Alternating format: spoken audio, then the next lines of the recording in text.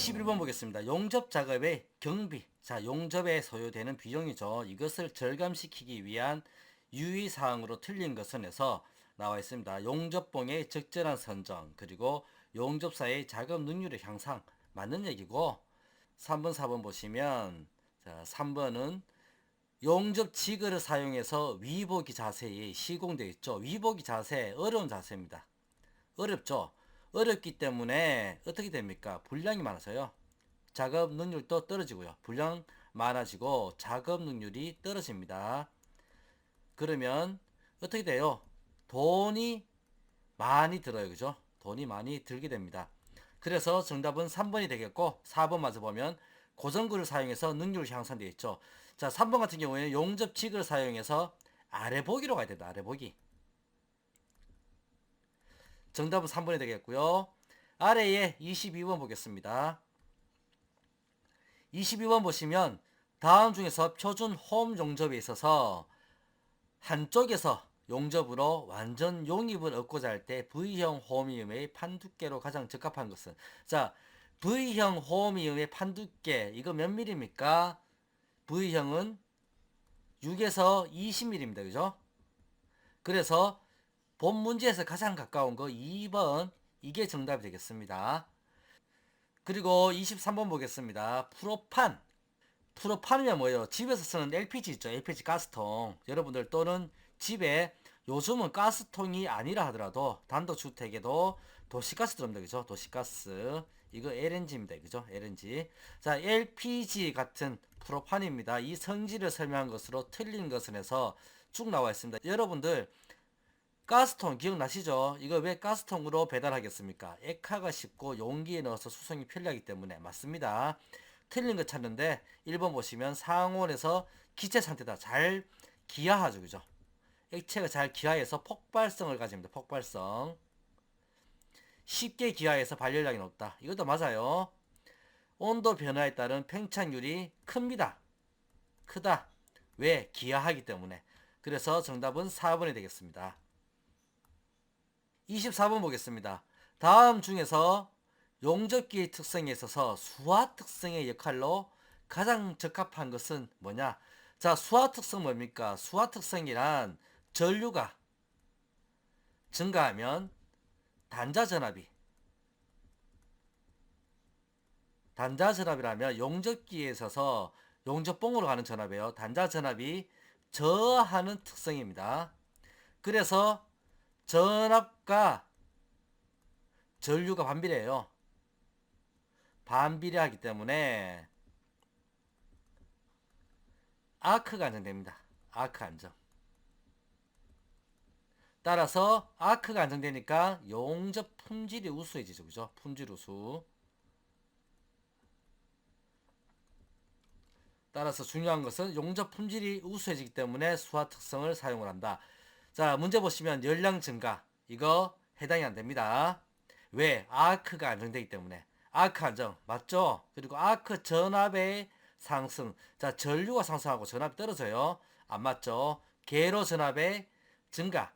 아닙니다. 단자 전압이 떨어집니다. 안 맞습니다. 그래서 아크의 안정. 이게 정답이 되겠습니다. 적합한 것으로 아크가 안정되죠. 그죠? 그리고 25번 보겠습니다. 25번 보면 용접기의 사용률이 40%일 때 아크 발생 시간과 휴식 시간 합이 10분이면 아크 발생 시간은, 자, 용접기 사용률은 40%라고 그랬어요. 이게 아크 발생 시간이에요.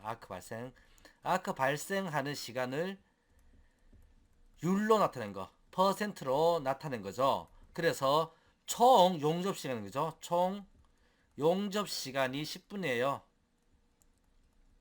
10분. 자, 이것은 아크 발생 시간. 아크 발생 시간. 이미 40%라고 나와 있어요. 여기 40%. 플러스 휴식 시간. 휴지 시간이죠. 용접 안 하는 시간. 용접할 때는 뭐 쉬기도 하고, 뭐 용접봉을 갈아 끼기도 하고, 그러죠. 그죠? 그러면 총 용접 시간이 10분이면 아크 발생 시간 40%죠. 4분입니다. 그죠? 4분. 휴지 시간 합해서입니다. 휴지 시간은 60%가 되겠네요. 그죠? 6분이죠. 따라서 정답은 4분이 되겠습니다. 26번 보겠습니다. 26번.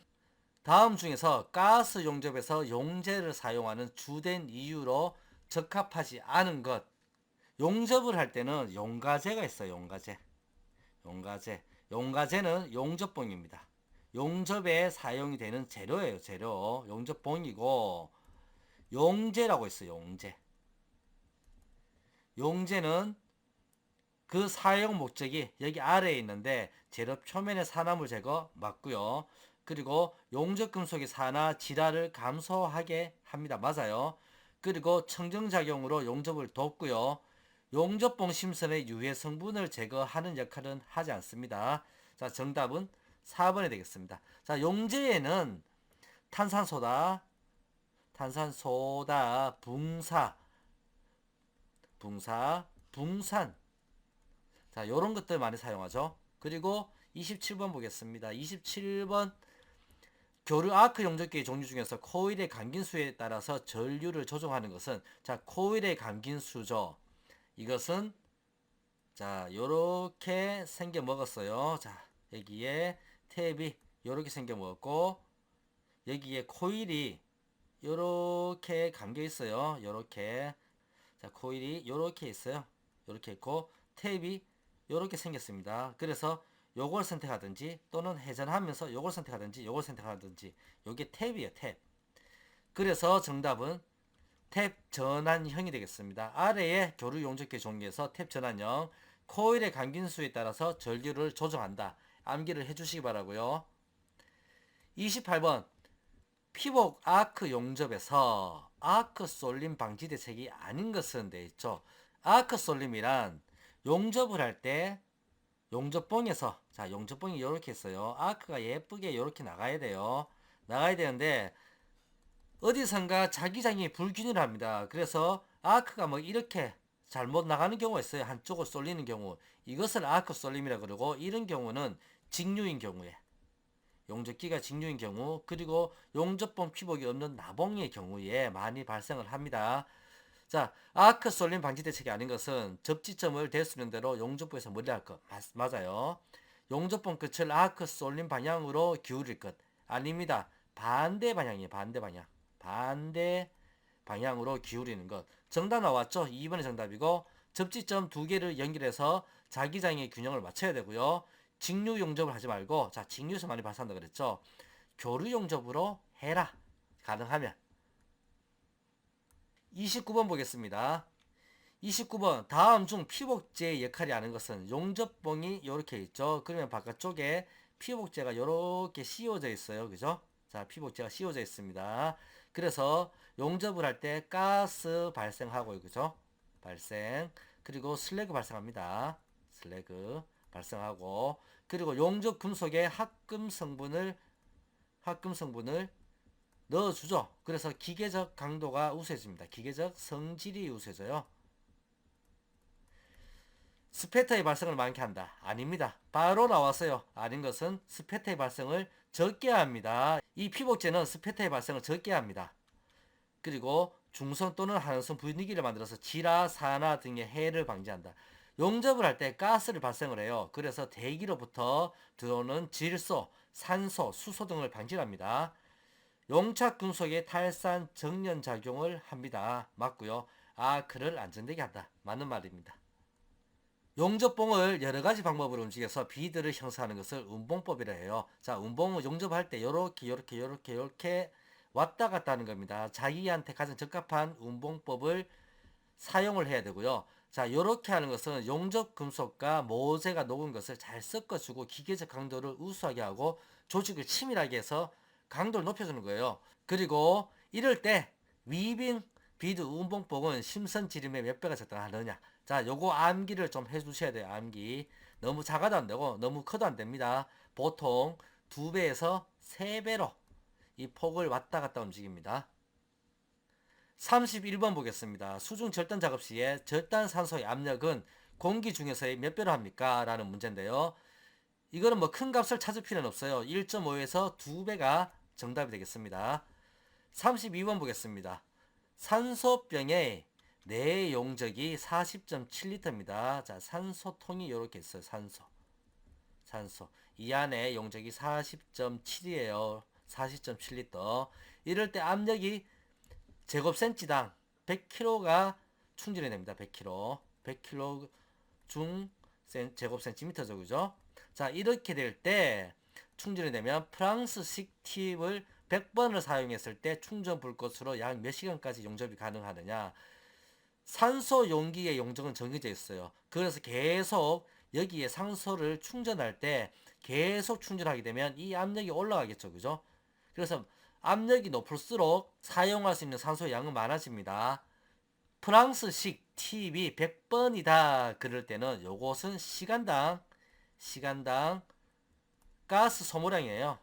소모량을 리터로 나타난 거예요. 리터. 그러니까 100번인 경우에는 시간당 100리터를 사용을 합니다. 따라서 이 40.7리터의 용기 안에 100kg로 저장이 된 산소가 얼마나 들어있는지 계산을 해야 됩니다.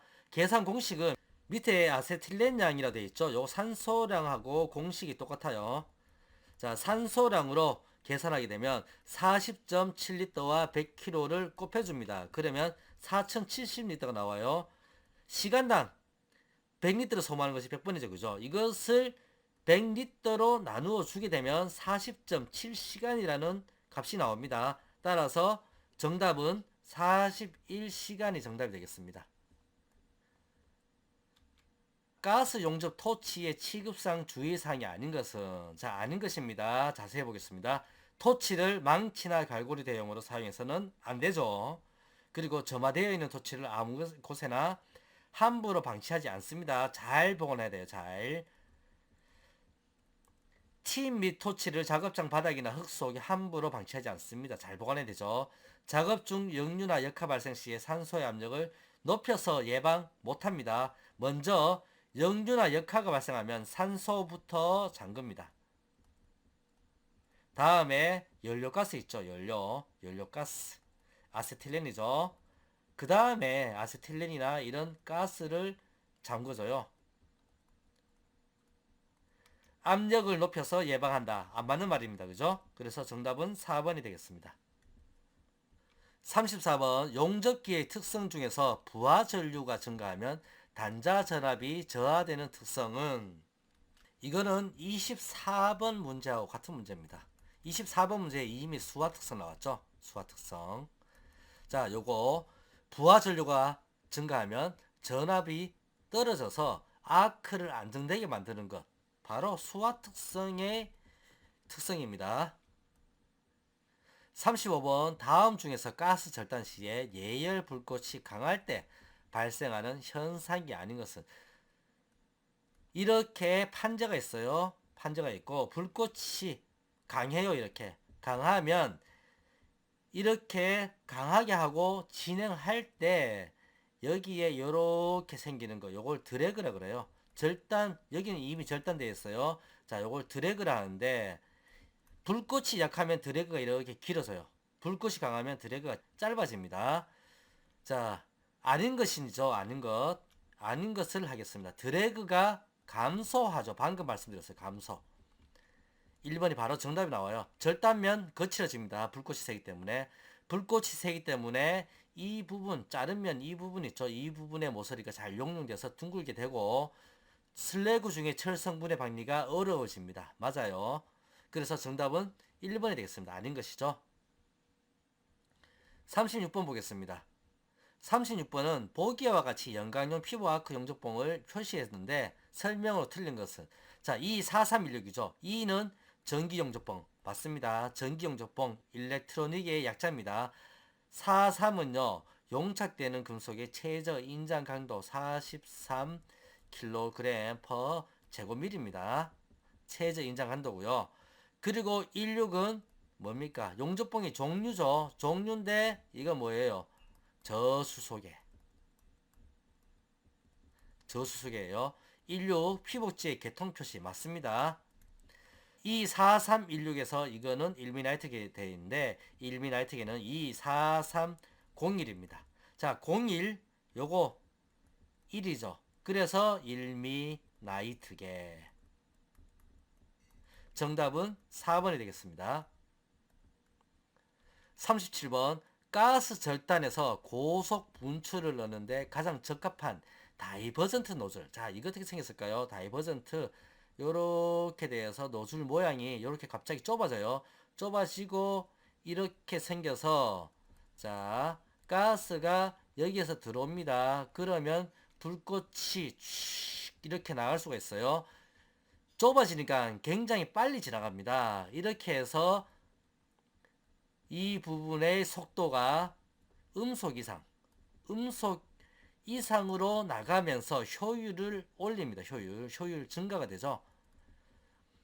보통 팁에 비해서 산소 소비량이 같을 때 절단 속도는 몇 프로 정도 증가가 되느냐?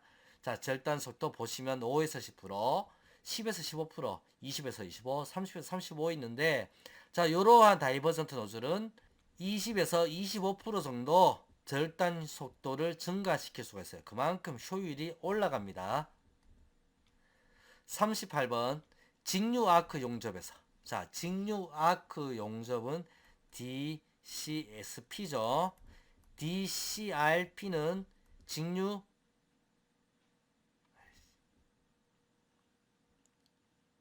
다시 38번 직류 아크 용접에서 전극성에 대한 설명으로 옳은 것이죠. 자, 전극성은 모재가 플러스, 용접봉이 마이너스입니다. 용접봉이 마이너스.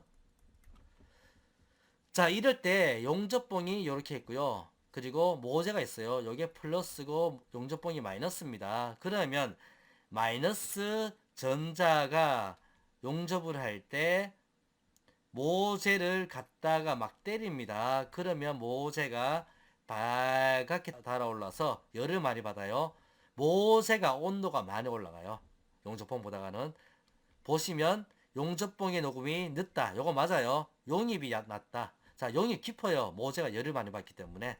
그리고 비드의 폭이 넓다. 자, 용입이 얕을 때는 비드의 폭이 넓어집니다. 그럴 때는 역극성에 대한 문제가 되겠죠. 요거 두 개는 역극성에 대한 말입니다. 모재를 음극에, 자, 모재 플러스죠. 용접봉을 양극에 연결한다. 자, 요거는 역극성에 대한 설명입니다. 자, 전극성에 대한 설명으로 옳은 것은 1번이 정답이 되겠습니다. 39번 문제, 게이지용 강이 갖추어야 할 성질에 대한 설명 중에서 틀린 것은, 게이지용이라 그러면요, 자, 게이지는 측정구가 되겠어요. 측정구. 뭐 자 같은 것들 있죠. 룰, 자, 이런 것들이 있는데, 이게 자꾸 온도 변화에 따라서 치수가 바뀌게 되면 기준이 많이 틀려집니다. 그래서 온도 변화에 따른 치수 변화가 적어야 돼요. 게이지용 강이 갖춰야 될 성질에 대한 설명 중에서 틀린 것은 해서 1번 HRC 경도입니다. 로크웰 경도 55 이하, 55 이상의 경도를 갖춰야 돼요. 게이지용 강은 바로 또 1번 나왔죠. 그죠? 1번. 자, 나머지 보겠습니다. 맞는 것들인데, 팽창 계수가 보통의 강보다 작아야 된다. 맞죠? 이거 팽창 계수가 크면 치수 변화가 커지죠. 그죠? 치수 변화가 작아야 돼요. 시간이 지남에 따라 치수 변화가 없어야 된다. 맞는 말이고요. 담금질에 의해서 변형이나 균열이 없어야 된다. 맞습니다. 요거는 맞는 말이고, 40번 보겠습니다. 알루미늄에 대한 설명으로 옳지 않은 것은, 알루미늄 비중이 2.7로 경금속이죠. 경금속에 해당이 됩니다. 용융점은 1067도이다. 아닙니다. 660도예요. 660도. 알루미늄의 용융점은 660도다. 바로 2번이 정답으로 나왔고요. 전기 및 열 전도율이 우수해서 알루미늄은 전기 제품의 부품용으로 많이 사용이 됩니다. 그리고 고강도 합금으로 두랄루민이 있다. 이거 알구마망이죠. 알구마망. 알구마망. 알루미늄, 구리, 마그네슘, 망간의 합금이 고강도 알루미늄 합금 두랄루민이 있다. 이거 두랄루민 중요해요. 자, 그래서 40번 용융점은 1067도이다.